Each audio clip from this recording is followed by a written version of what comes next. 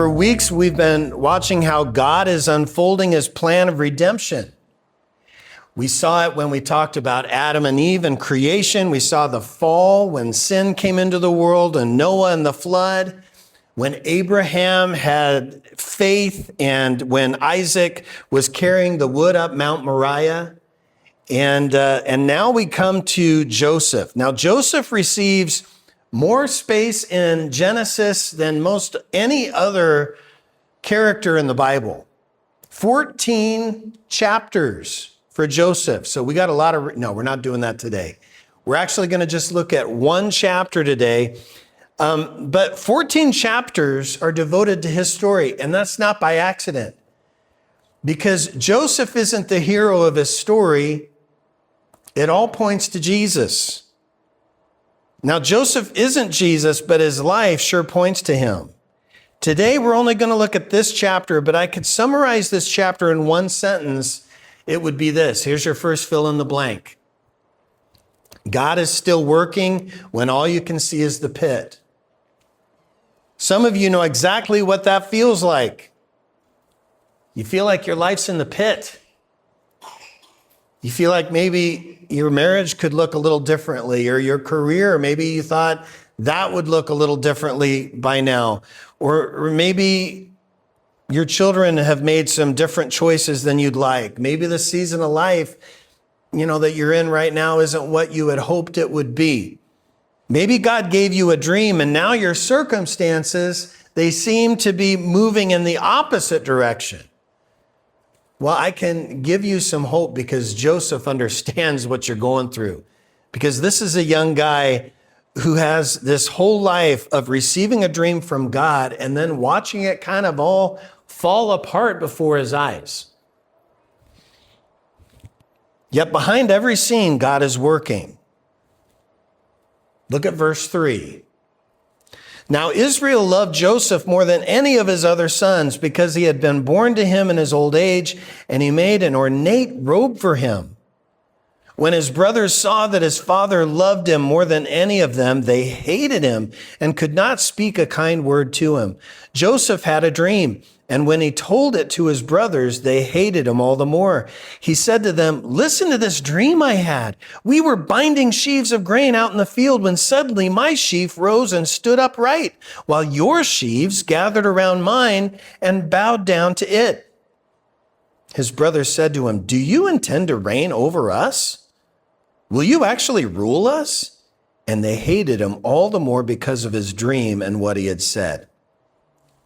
Then he had another dream, and he told it to his brothers. "Listen," he said, "I had another dream, and this time the sun and moon and 11 stars were bowing down to me." When he told his father as well as his brothers, his father rebuked him and said, "What is this dream you had? Will your mother and I and your brothers actually come down and bow to the ground before you?" His brothers were jealous of him, but his father kept the matter in mind. So Joseph, about this time, he's around 17 years old. He's 17. It's not the age that you would kind of typically see as somebody who's wise or somebody full of tact. This is a teenager, and yet God chooses this young man and gives him two amazing dreams. One is about Joseph and his brothers are binding sheaves in a field, and all the brothers' sheaves, they just kind of bow to his sheaf. Another dream is about the sun, moon, and the 11 stars all bowing to him. And this meaning is really clear, that one day Joseph will be elevated by God, and his family will bow before him, and God will use him in a very significant way.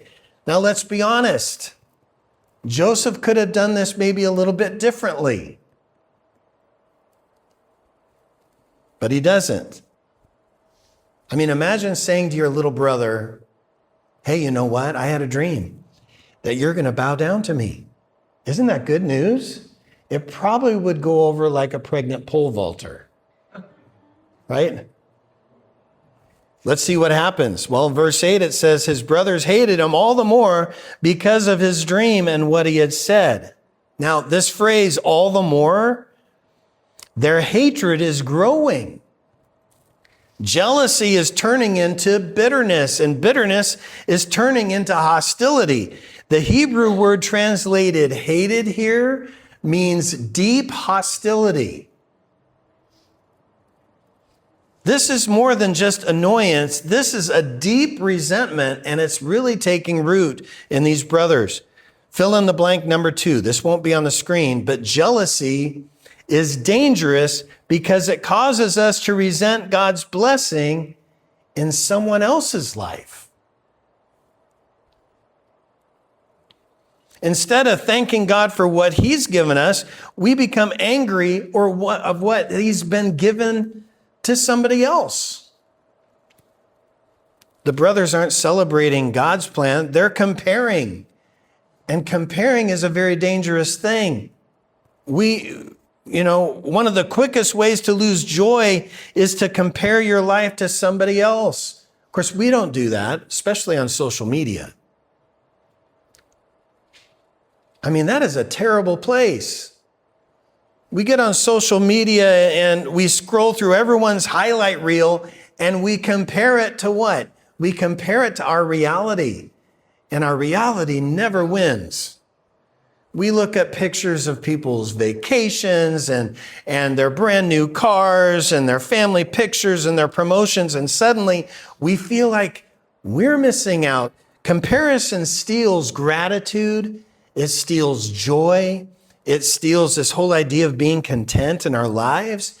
And these brothers of Joseph are so focused on his dream that they miss God's goodness in their own lives. There's a story of 2 farmers their land kind of shared one line. And so they were just on their porches, sitting on their porches, looking over at each other. One farmer was looking at the other farmer's land and going, wow, his crops look better than mine. And the other farmer was looking at his land and saying, wow, his field looks greener than mine. And then they had this altercation where they started arguing together and they started actually talking, and they realized, wow, we have this envy toward each other. And they totally lost sight of how blessed they were, not only to be each other's neighbors, but to have beautiful crops on both sides of the fence. There's another lesson here. The first lesson is that jealousy blinds us to God's blessing, but another lesson is number 3 for your underline. God often gives the promise before he reveals the process. He gives the promise before he reveals the process. Joseph sees the destination, but he has no idea about the journey. And that's true for many of us. If we look at some people in the Bible, Abraham, God gives Abraham a promise. Those in the Bible study, how many years did it take for that promise to be fulfilled? 25 years. Or God anoints David king, but then years of running away from Saul. Promise and preparation. Calling and testing. Or vision and a process. God often reveals where he's taken us before he develops who we actually become. Joseph's about to enter God's school of preparation. Look back at verse 3. Now Israel loved Joseph more than any of his other sons. Now Jacob, which is Joseph's dad, was given the name Israel. Anybody remember how or why? He was given the name Israel by God after he spent an entire night wrestling with God. So Joseph is Jacob's favorite, and Jacob makes no attempt to hide it. He gives Joseph this colorful robe. Other translations say it was a coat of many colors.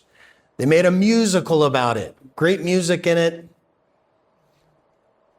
But it marked Joseph as honored and loved. And every time Joseph wore the robe, guess what his brothers did? That robe, that Joseph. Now, Jacob, the dad, he should have known better. He really should have, because his whole family was all about a divided family. His dad favored his brother Esau. His mother favored, he was a mama's boy.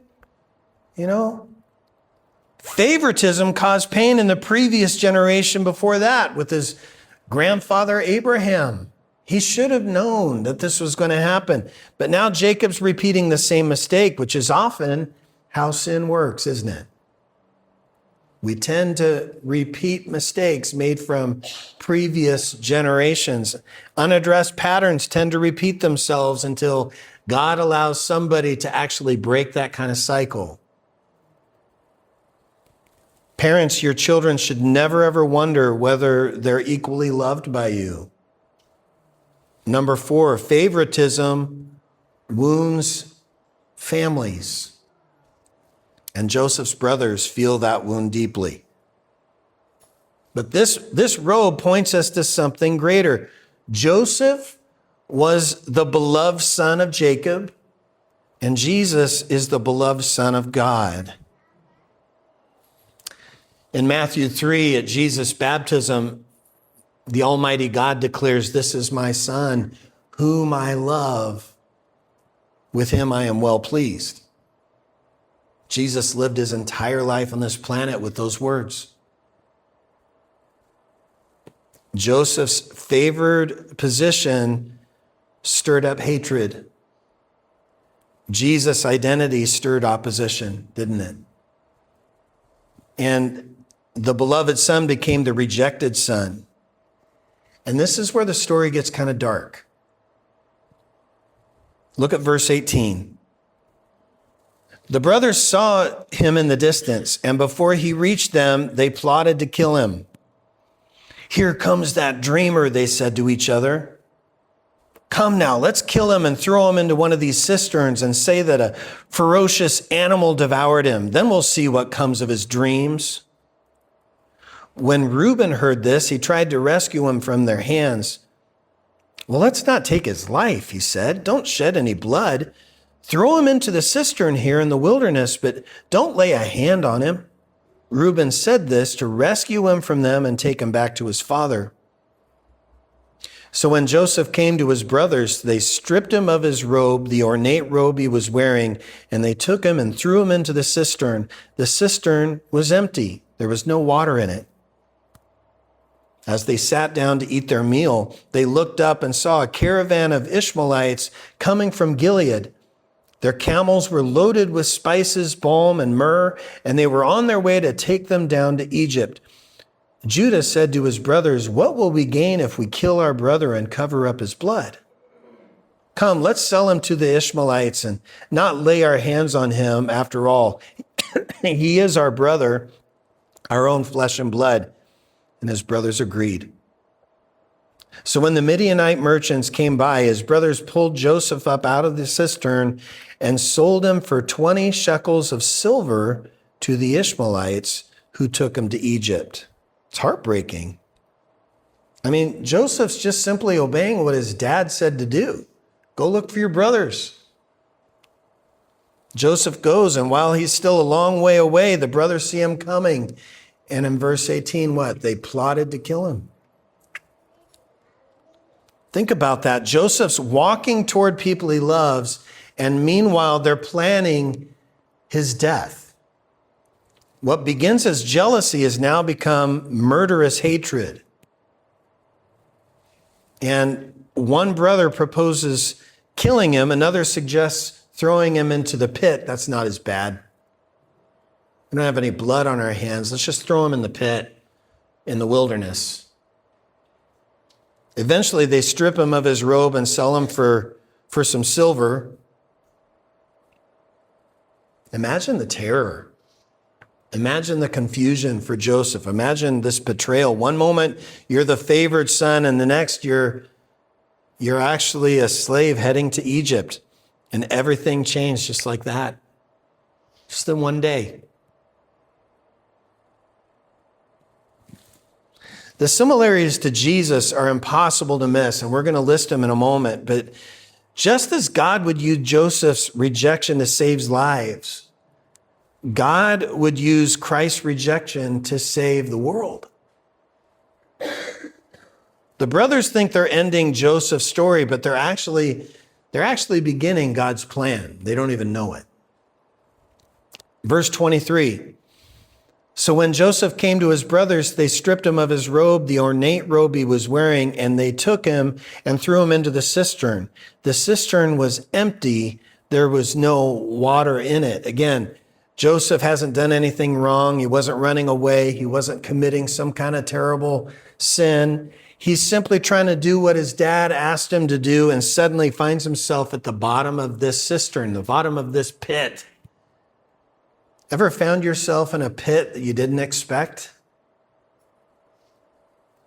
A health crisis, a financial setback, whatever it is. The pit is often the place where we begin asking difficult questions, isn't it? Questions like, God, where are you? Why is this happening? God, what are you doing? Now, what's fascinating about this chapter is that what it doesn't say. It never says that God spoke to Joseph in the pit. It never said that an angel came down and graced his presence with Joseph there in the pit. No, it doesn't even say that Joseph received any kind of explanation at all. All Joseph sees is darkness. But while Joseph can't see God, guess who sees Joseph? God sees Joseph. God hears Joseph. That's important. Because God seems silent, it doesn't mean he's absent. Just because God seems hidden doesn't mean that God has stopped working. Joseph can't see it yet, but God's already positioning him for great things. He just can't see it yet. Number 5, the pit isn't the end of the story. It's a classroom where God begins shaping you.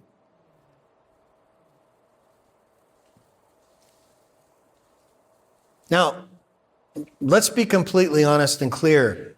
His brothers are responsible for what they did. They made that decision to do that. That's on them. God didn't force them. God didn't put his hand on them to hate Joseph or to betray Joseph or even sell him. They made the choice, sinful choices for which they will have to account for. But God is so sovereign, and God is so wise, and God is so in control and powerful that he can take what people intended for evil and use that for his glory. The truth becomes the foundation of Joseph's story. And I don't know about you, but it becomes a huge encouragement for me.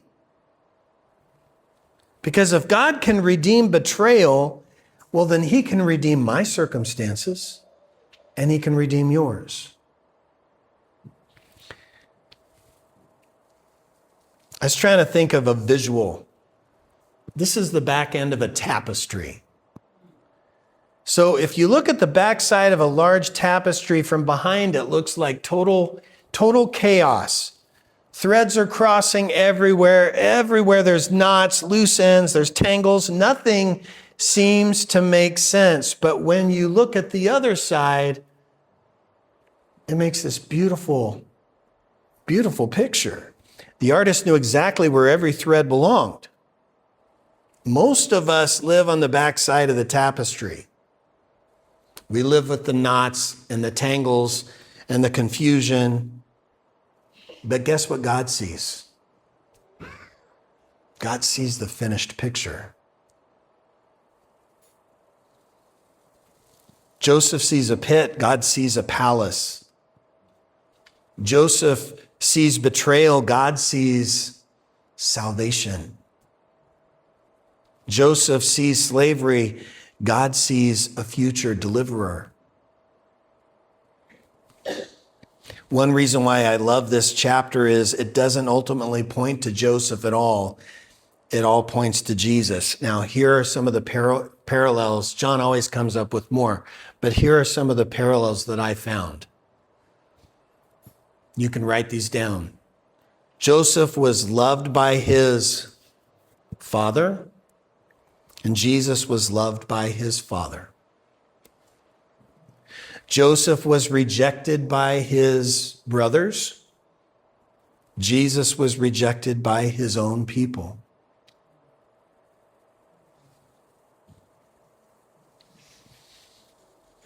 Joseph was stripped of his robe. Jesus was stripped before the cross. Joseph was sold for silver. Jesus was betrayed for silver.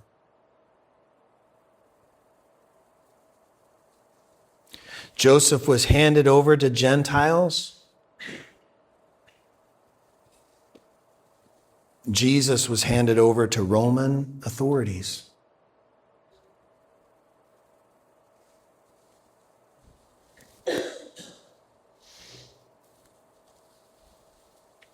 Authorities is a long word. I'm giving you some time.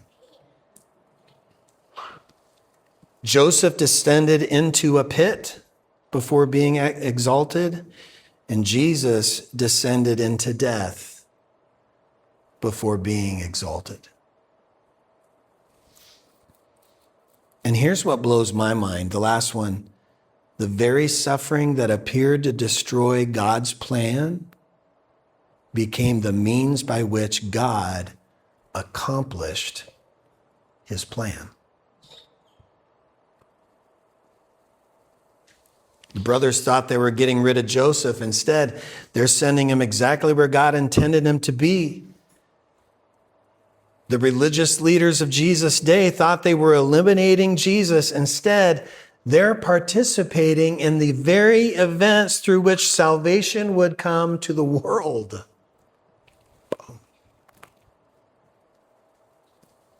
What looked like defeat became victory. What looked like disaster became redemption.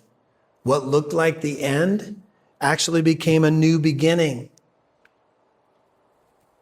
That's the story of Joseph. That's the story of Jesus.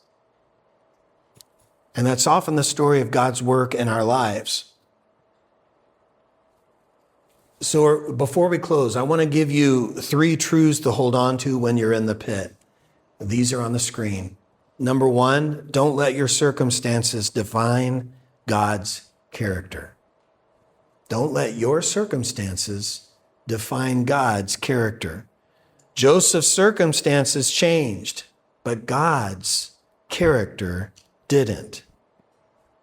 Your circumstance or your situation may change, but God doesn't.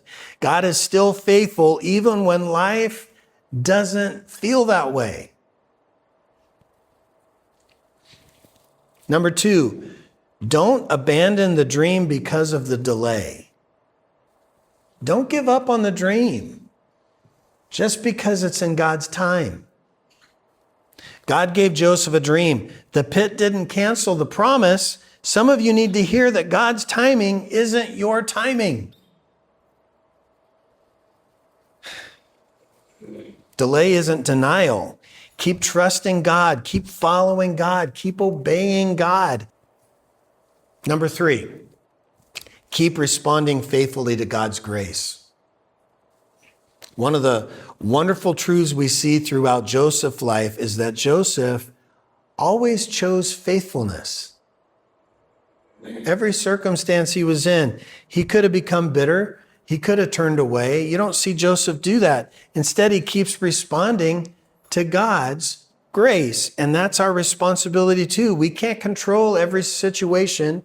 We can't control every circumstance, but we can control our choice to be faithful to God. Will we trust God? Will we follow him? Will we remain faithful? These choices really matter. What if Joseph had been able to see the entire story while sitting in the pit? What if it was just all revealed to him, that God just showed him everything? Joseph, one day you're going to stand before Pharaoh, and Pharaoh is going to make you save Egypt and your family. And one day your brothers are going to bow before you, and you're going to be able to have this sneaky little thing going on with them and make them sweat, and it's going to feel so good. You know what Joseph probably would have said? If that's true, then get me out of this pit. But God rarely shows us the whole story, doesn't he? What God does is he asks us to trust him one step at a time, one day at a time, one act of obedience at a time, one moment of faith at a time. Now, some of you may feel like you're living in the pit right now, and it's confusing, and it's discouraging, and you're wondering, what is God doing? Joseph's story reminds us that God's still working. Through the pit, through the betrayal, through the disappointment, those things will never be the end. God's working even when you can't see it. And if there's any doubt about it, look at the cross, because the greatest example of God bringing good out of evil isn't Joseph, it's in his son, Jesus Christ. At the cross, evil men did the worst they could, yet God used that moment to accomplish salvation.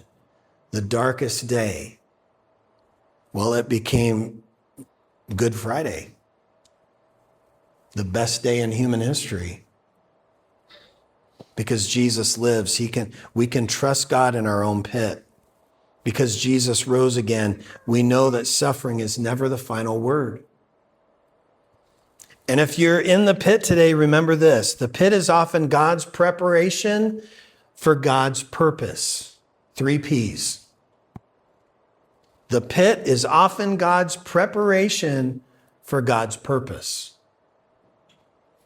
Don't give up. Don't lose heart. Keep trusting. Let me tell you about what's going to happen next week.